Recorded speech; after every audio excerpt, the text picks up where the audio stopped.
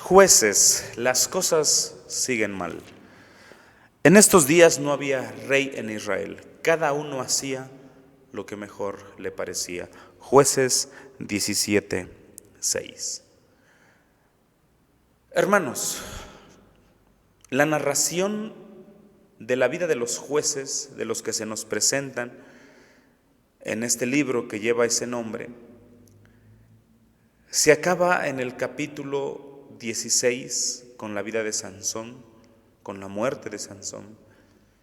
Y el resto del libro, los últimos capítulos, nos presentan tres casos que se nos abren como una ventana muy grande, donde podemos observar cuál era la situación espiritual, moral, la situación religiosa en este periodo, así conocido como los jueces. Se nos abre ante nosotros a través de estos ejemplos para presentarnos o para enseñarnos cómo se encontraba el pueblo de Israel, el pueblo de Dios, en estas cosas, en algunas otras, durante este periodo. Son casos en algunos momentos hasta escandalosos, una narración un tanto fría, cruda, pero que precisamente nos muestra cómo se encontraba el pueblo. No se nos está narrando como una historia aparte, sino más bien en la vida de los jueces se nos narra los hechos que ellos hicieron al Dios levantarlos para liberar a Israel, pero a través de estos ejemplos se nos presenta cómo era el pueblo, lo que estaba sucediendo en las entrañas del pueblo, porque se nos dan palabras en general de cuál era el pueblo de Israel, situaciones de pecado que volvieron a los dioses, pero a través de estas narraciones que se nos presentan en los últimos capítulos, el libro va más allá, desentraña la vida personal, familiar, tribal y en su conjunto como nación.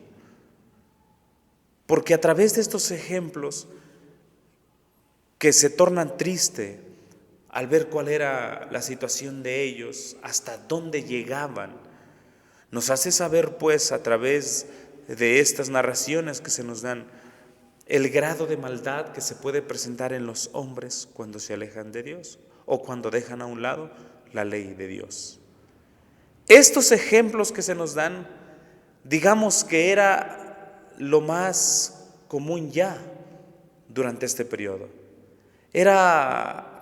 Los ejemplos que se nos dan personal, familiarmente y como nación, era lo que acontecía. La Biblia nos dice acerca de los jueces que cuando Dios levantaba a un juez, los libraba y moría el juez y volvían otra vez a su pecado. Es como si la influencia de los jueces durara muy poco o fuera solamente mientras vivían, y como el pecado ya estaba arraigado, pues ya no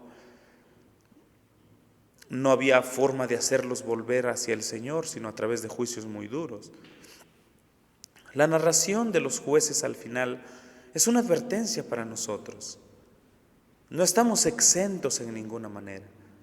Y esta expresión que se usa en el versículo 6 del capítulo 17 toma mayor relevancia aquí en esta parte, porque cuando dice que en aquellos días no había rey en Israel y que cada uno hacía lo que mejor le parecía, esos ejemplos que nos están dando es como si nos dijera la Escritura: vean lo que estaba sucediendo entre el pueblo en los días en que no había rey. Y entonces se nos presenta este primer caso. Vamos a ir desentrañando poco a poco, sin ir a prisa por terminar el libro de los jueces. Vamos a ir viendo las cosas que podemos notar, que podemos ver y que podemos aprender nosotros de estas cosas que se nos están diciendo. Vamos a considerar en esta tarde solamente los versículos 1 al 6. Y podemos, en primer lugar, analizar la vida de este hombre que se nos menciona en este capítulo al principio. Un hombre llamado Micas, cuyo nombre significa, o cuyo significado es, ¿quién como Jehová? lo cual se contrapone el significado de su nombre con lo que él hacía en su persona. Este hombre era del monte de Efraín, era efrateo o efraimita. Y se nos presenta este hombre como un ladrón confeso, un ladrón que determina exponer o confesar el pecado que había cometido ante las imprecaciones que su madre lanzaba. Se nos presenta o aparece en la historia como un ladrón autoconfeso, un hombre que le había robado a su propia madre. Este hecho ya nos hace saber cuál era la situación familiar en la vida del pueblo. La falta de temor que había entre ellos, que le llevó a este hombre a robarle a su madre, según la narración de la Escritura, 1,100 siclos de plata, una cantidad fuerte. ¿Hasta qué grado ya había caído la vida moral del pueblo? Y la falta de la influencia religiosa, de la enseñanza, el olvidarse de la ley de Dios. Que este hombre se atrevió, parece sin temor alguno, a robarle a lo que era de su madre. Sabemos por la narración de la Biblia, sobre todo al principio en la ley, que este pecado era muy condenado. Era un pecado que debería de tener consecuencias, que debería de traer juicio sobre la persona que cometiera semejante pecado. Uno de los 10 mandamientos es: no robarás. Y si ya de por sí es terrible saber de los hombres que roban a otras personas cualquier cosa, es aún más terrible saber cuando un hijo le roba a sus propios padres. Porque hablar de que un hijo le robe a su padre o a su madre es ya el punto más álgido de la situación terrible o de maldad en que se encuentra una familia o una nación o una persona, en el caso de Micas. Nos hace saber hasta qué punto había llegado ya la maldad, que ya ni en la misma casa se podría confiar, considerando las cosas que hacían los que eran la propia familia. Este hombre comienza la narración dando su nombre y diciendo que está confesando a su madre el pecado que había cometido, pero el confesar su pecado tuvo que ver con lo que escuchaba que durante algunos días o más tiempo su madre anduvo diciendo, porque dice la palabra, versículo 2, el cual dijo a su madre, Micas, los 1,100 siclos de plata que te fueron hurtados, por lo que tú maldecías, oyéndolo yo, he aquí que yo tengo este dinero, yo lo había tomado. Vean, vemos entonces a un hombre, joven parece en edad, que hurta el dinero de su madre. Su madre en consecuencia comienza a maldecir. Quizás sospechaba de su hijo en algún grado, pero no quería llegar o alimentar su mente de que él hubiera sido. Pero imaginémonos a la mujer, a la madre de Micas, en su casa paseándose de aquí para allá pronunciando maldiciones, imprecaciones contra aquel que hubiera tomado su dinero. Ahí es donde vemos que el temor de Dios había desaparecido y se había sustituido por una clase de miedo hacia el juicio. Porque cuando Micas oye las maldiciones que su madre lanzaba sobre el que había tomado su dinero, él tuvo temor, no temor de Dios. Ese no es el temor de Dios. El temor de Dios, hemos dicho, no es aquel que nos hace dejar el pecado por miedo al infierno. Porque si no hubiera infierno, entonces pecaríamos más pérfidamente, decían los antiguos. El temor a Dios es el que nos lleva a no pecar o a luchar contra el pecado para no cometerlo por el solo hecho de que es pecado y que desagrada ante los ojos de Dios. Micas confesó el pecado a su madre por temor a lo que estaba escuchando.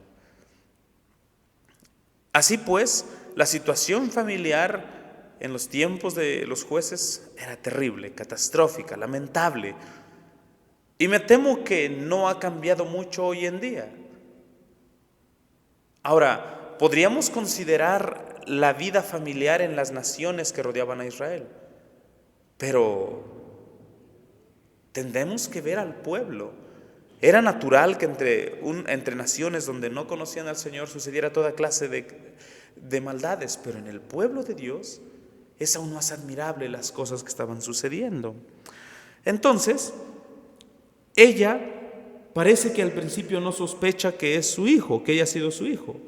Él confiesa en razón de sus palabras de que él había tomado el dinero y le dice: mamá, yo fui mamá. Ahora, vean cómo se sigue dando la situación. De verdad que cuando se pierde el conocimiento de Dios y la ley de Dios se hace a un lado, cualquier cosa puede suceder ya. Ya no debería de sorprendernos. Es más sorprendente que las personas no sepan lo que pasa que saber lo que pasa cuando se deja la ley de Dios. Porque esta mujer, una vez que está lanzando maldiciones, seguramente con mucho coraje, con mucho odio hacia aquel que lo había tomado, cuando se entera por los labios de su hijo que fue él, entonces cambia drásticamente su actitud y le dice: bendito seas tú de Jehová. Recordamos que uno de los mandamientos del Señor es no tomar el nombre de Jehová tu Dios en vano. ¿Quién sabe cuánto sarte de cosas terribles la mujer dictó contra el que hurtó su dinero? Y cuando se entera que es su hijo, de sus propios labios, ahora bendice al Señor sin temor alguno. Podemos ver que esta mujer maldecía seguramente a aquel que hubiera hurtado su dinero. Y se cumple entonces lo que dice Santiago acerca de la lengua o de la boca del hombre, que con ella mismo bendecimos a Dios, pero maldecimos a los hombres que son hechos a la imagen de Dios. En este caso, primero lo maldice, toda clase de maldiciones contra él, y después: bendito seas tú, hijo, bendito seas tú de Jehová. Qué bueno que fuiste tú. Es terrible, porque ni siquiera vemos una palabra de reprensión hacia su hijo por lo que había hecho, sino que más bien parece que busca transformar la situación, justificando quizás las cosas, y en lugar de reprenderlo, lo bendice como si no hubiera sido cosa tan grave lo que hizo. Es muy malo cuando los padres consienten el pecado de sus hijos y, a pesar de que saben que andan mal, en lugar de reprenderlos según lo que hayan cometido, justificamos sus actos, justificamos sus hechos. Es terrible cuando se nos hace llegar alguna noticia de nuestros hijos y nosotros lo justificamos, en lugar de pensar que en verdad nuestros hijos pueden ser así. Proverbios nos habla de esta situación, es decir, del pecado terrible que es. Ya de por sí decimos, es terrible robar cualquier cosa a la gente. Lo es más cuando se trata de los propios padres. Dice Proverbios 19:26: el que roba a su padre y ahuyenta a su madre, hijo es avergonzador y deshonrador. El que roba a su padre.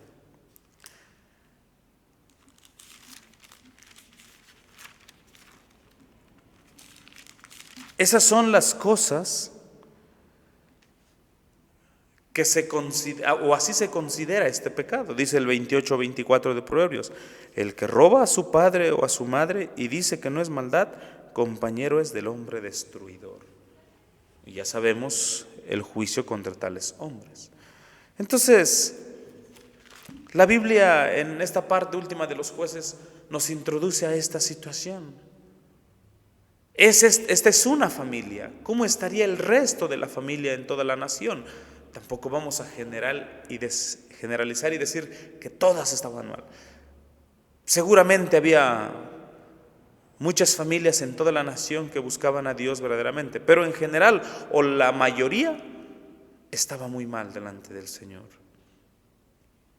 Un hijo ladrón, una mujer maldiciente que luego al saber que es su hijo, en lugar de reprenderlo, lo bendice como si no hubiera sido tan grave. Ahora, el pecado va aumentando, porque se nos presenta entonces ahora cuál era la razón de la mujer al guardar este dinero. Dice la Escritura, el versículo 3, y luego que hubo vuelto a su madre los 1,100 siclos de plata, su madre dijo, yo he dedicado este dinero a Jehová de mi mano para ti, hijo mío, para que hagas una imagen de talla y de fundición. Ahora pues, yo te lo devuelvo. Mas volviendo él a su madre los dineros, tomó su madre 200 siclos de plata y diólos al fundidor, y él le hizo de ellos una imagen de talla y de fundición, la cual fue puesta en casa de Micas. Ese es el terrible pecado que se va desarrollando con el paso de los días, cuando la ley del Señor deja de tener lugar en nuestros hogares o en la iglesia o en nuestra vida personal. Se empiezan a establecer nuevos dioses. Aquí vemos en esta parte de esta narración que hay como una autosatisfacción tanto de Micas como de su madre. Es decir, es admirable el notar que ellos se sintieron felices y muy alegres por lo que estaban haciendo. Parece que ellos estaban quietos en su interior como si Dios aprobara lo que hicieron. Micaía y su madre parecían ser buenos y hasta morales en algún aspecto, y quizá hayan deseado sinceramente adorar a Dios, pero lo desobedecieron al seguir sus propios deseos en vez de hacer lo que Él quería. La actitud que prevalecía en los tiempos de Micaía era esta, precisamente: cada uno hacía lo que bien le parecía. Ahora, vean lo terrible del pecado. Él era de la tribu de Efraín, pero el Señor había instituido una forma de religión o de relacionarse con Él. Había establecido un lugar a donde todos deberían de ir. Y cuando no fueran a donde estaba el arca de la alianza, deberían ellos buscar a Dios, conocerlo a través de la ley. Esa ley que les fue dada por Moisés para que no se desviaran del camino de la verdad. Esto es notable y similar a las actitudes que prevalecen en la actualidad. Dios nos ha dado normas, no ha dejado nuestra conducta a criterios ni a opiniones. Podemos evitar conformarnos con las actitudes bajas que prevalecen en nuestra sociedad al tomar en serio los mandamientos de Dios y al aplicarlos a nuestra vida. Instaurar un culto, no importa cuán bueno parezca, si contradice la ley divina y rebaja la gloria de Dios. Se hicieron una imagen de talla, un ídolo. ¿Qué forma tenía? No dice la Escritura. Quizás la imagen de un ángel, como ellos lo concebían, de un hombre, de alguna criatura, de algún animal, no lo sabemos. Pero ellos trataban de representar a Dios a través de eso. Y recuerden ustedes que esa era una de las advertencias que Dios hizo a Israel antes de que entraran a Canaán. Cuando estuviste junto al monte, ninguna imagen viste. Oíste la voz, pero no viste nada, para que no te hagas imagen ni ninguna semejanza. Pero aquí vemos hasta dónde había llegado ya la decadencia religiosa y espiritual del pueblo de Dios. Ahora miren cómo las cosas se van descomponiendo más y más. O por lo menos en la narración que se nos está dando aquí nos presenta esa forma. Porque sigue diciendo, y tuvo este hombre, versículo 5, Micas, casa de dioses, e hízose hacer efod y terafín, y consagró uno de sus hijos y fuele por sacerdote. Dos cosas aquí. Se está instaurando un culto en su propia casa. El Señor no dio ningún mandamiento referente a esto. Lo único que Dios había mandado en cuanto a lo que los hombres deberían hacer en casa era repetir la ley de Dios, leerles la ley de Dios los padres a los hijos. Y estas palabras que yo te mando hoy estarán sobre tu corazón y las repetirás a tus hijos. Eso es lo que deberían hacer en casa. Y aunque se podría considerar como una forma de culto, no tiene nada que ver con esto que este hombre y esta mujer estaban haciendo. Ni tampoco queremos que piensen de que los cultos que hacemos en casa no es bueno. El problema de este culto casero que se estableció en casa de Micas y su madre es que ellos se instauraron un ídolo.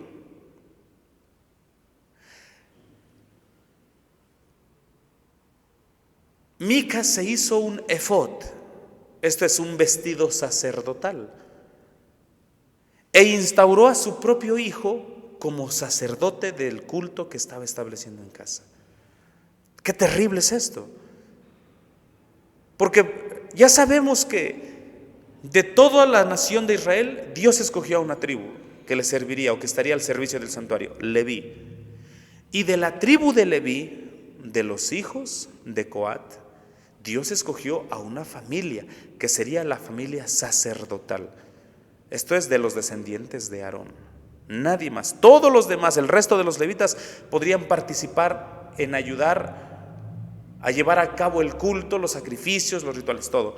Pero solo la familia sacerdotal que venía de Aarón podían llevar este título, sacerdote. Nadie más podía ser sacerdote bajo un juicio de Dios, como vemos que hizo con Nadab y Abiú, los hijos de Aarón. Pero aquí vemos a un hombre, primero, una imagen de talla, rebajando la gloria de Dios, dándole quién sabe qué forma y representando a Dios de esa manera. Luego, se hace un vestido sacerdotal. No estaba tampoco permitido hacer ese tipo de cosas que Dios había diseñado para la familia sacerdotal de Aarón. Y luego no podía instituirse un sacerdote diferente al de la familia de Aarón, como aquí lo estaba estableciendo él. Por eso les dije que la expresión cada uno hacía lo que bien le parecía tiene más profundidad y relevancia en esta parte, en estas cosas que se nos están contando aquí al final. Porque Micaías determinó instaurar un culto en su propia casa y sentirse feliz, porque aunque lo vamos a ver, vean lo que dice el versículo 13, lo veremos el próximo jueves. Y Micas dijo: ahora sé que Jehová me hará bien. Es como si él no solo estuviera contento, su mente se enfocó en pensar que Dios tiene que hacerme bien, aunque estas palabras la dijo por otra razón que se nos está contando, que no estamos viendo ahorita. Definitivamente en este primer momento él estaba seguro de que estaba haciendo lo correcto. Fíjense, él estaba seguro de que estaba agradando a Dios. Dios no cambia su ley, no cambia. Nosotros, de verdad, nos falta hacer un análisis más profundo, porque en nuestra propia vida, porque quizás estamos estableciendo cultos a nuestra manera. Y sé que alguien podría decir inmediatamente: no, hermano, eso no es cierto. Nosotros no estamos estableciendo cultos a nuestra manera, porque no tenemos un ídolo, no hemos hecho un efod, ni hemos consagrado a un hombre o de nuestros hijos para que sea nuestro sacerdote. No, hermano, eso no cabe aquí. ¿Es verdad? ¿Es verdad? ¿Podemos decirlo así? Yo no lo creo. Creo que hemos estado estableciendo cultos a nuestra manera. Les voy a decir por qué.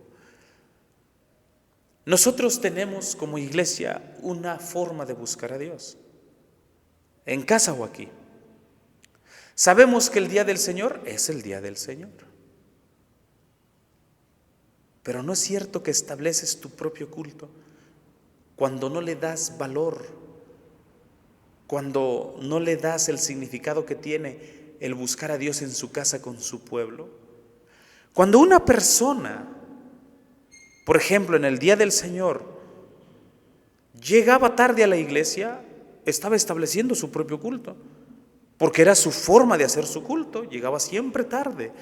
Y esa es una forma de establecer mi propio culto, porque no le daba valor al hecho de que el pueblo de Dios se reuniera en un horario específico para adorar al Señor desde temprana hora. Eso es establecer tu propio culto. O ahora que estás en casa, sea que se hagan las transmisiones en vivo o como nosotros, que lo hacemos familiarmente, ¿sabes que como iglesia, las familias de la iglesia se están empezando a reunir a las 10? Pero tú te empiezas a reunir hasta las 11, 11:30 o 10:30. Estás estableciendo tu propio culto. Estás estableciendo tu propia manera. No es que estés haciendo dioses, no es que estés haciendo vestidos, pero estás estableciendo tu propio culto a tu manera en tu tiempo. Y alguien dirá, bueno, hermano, ¿eso es pecado? Quizás de una manera no, pero en otras sí. No se consideraría pecado por el hecho de que tú dices que sí los estoy haciendo, pero se consideraría algo malo en el sentido de que somos una iglesia y que el día del Señor es el día del Señor y debemos procurar llevar a cabo aquellos actos, sobre todo espirituales, que convienen a la gloria de su nombre y a la bendición nuestra. Cuando no lo hacemos así, tú eres como Micas, porque estás haciendo tu propio culto a la hora que quieres. Ya ni qué decir de aquellos que no lo hacen. Micas lo hizo de esta manera. Casi puedo imaginarme a Micas sonriendo cuando se dio cuenta que en su casa había una imagen, un efod y su hijo sacerdote. Y vean, este es otro problema, que él hizo partícipe a su hijo de su pecado. Y nosotros como padres muchas veces hacemos partícipes a nuestros hijos de nuestros pecados.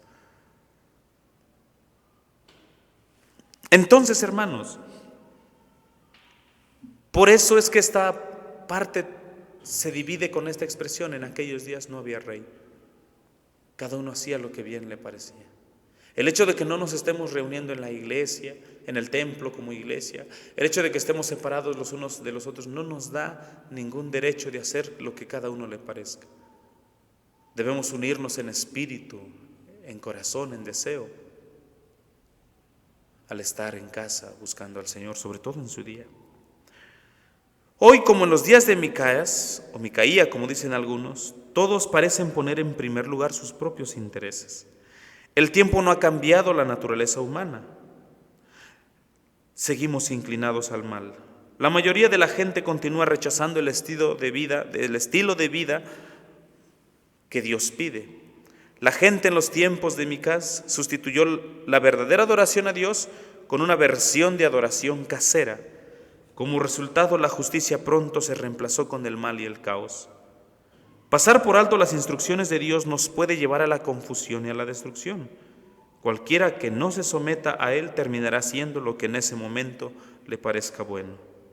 Esta tendencia está presente en todos. Para saber lo que es bueno y tener la fortaleza para hacerlo, necesitamos acercarnos a Dios y a su palabra. Y podríamos hacer un comentario último en esta última parte, considerando a Micaías y a su madre. Hoy es el día en que en la iglesia se hacen cosas. Esto es, pecados, se cometen pecados que hasta se piensa que son buenos. Y si no se piensa que son buenos, por lo menos no se le piensa que están mal. Vean lo que se ha estado haciendo en las iglesias. Debemos ver qué cosas estamos haciendo que se contraponen a la ley del Señor. No sea que estemos cometiendo algo que no es justo delante de Dios, pero a nosotros nos parece bueno.